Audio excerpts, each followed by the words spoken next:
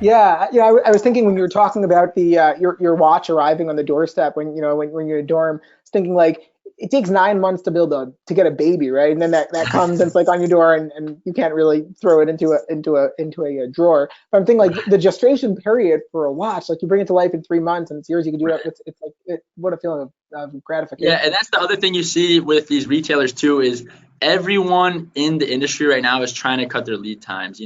They're realizing that they have to keep up with e-commerce stores. These bigger retailers are, creating better forecasting systems where they know when they need to reorder their products, so their lead times are hopefully less. Because, for a bigger retailer, if they're producing 100,000 units, 200,000 units at a time, that factory is going to even need to have a lead time to get that raw material and to start producing those products. And so you've got to think about that dynamic as well, where a lot of these products like apparel or whatever it may be, you have raw material sources that these factories have to deal with. And I think one of the things actually that I want to touch on that a lot of people don't even understand by these factories is that the factory that you're primarily dealing with is the assembly factory. Like they're putting the pieces together. Like if it's apparel, it's a cut and sew factory. That factory has their own supply chain with fabric mills, with all these different, sources. Like if it's a shoe that you're producing, they have the laces factory. They have all these little different factories that focus on the specific components that you aren't even dealing with. And that factory is,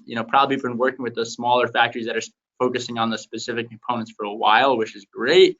But the factory that you're primarily dealing with as a foreign buyer are the assembly factories. And as you grow, as you start, purchasing, 500,000, millions of dollars overseas, you're gonna be able and want to actually dive into those specific component factories. Because, if you're looking to cut your costs, maybe you can save 50 cents on your watch strap, where at, maybe a few $1,000, it doesn't matter that much, but at $100,000, 50 cents goes a long way. And so it's something to consider as you grow, is saying, hey, where is actually each part and component of my product manufactured? And that's something that people don't even realize, that are, purchasing over millions of dollars overseas, and they're just still dealing with the assembly factory, which is fine when you're starting with. But as you grow, dive deeper in your supply chain and say, oh wow, well I can cut, a few cents here, a few Right. dollars here, and dive into those components.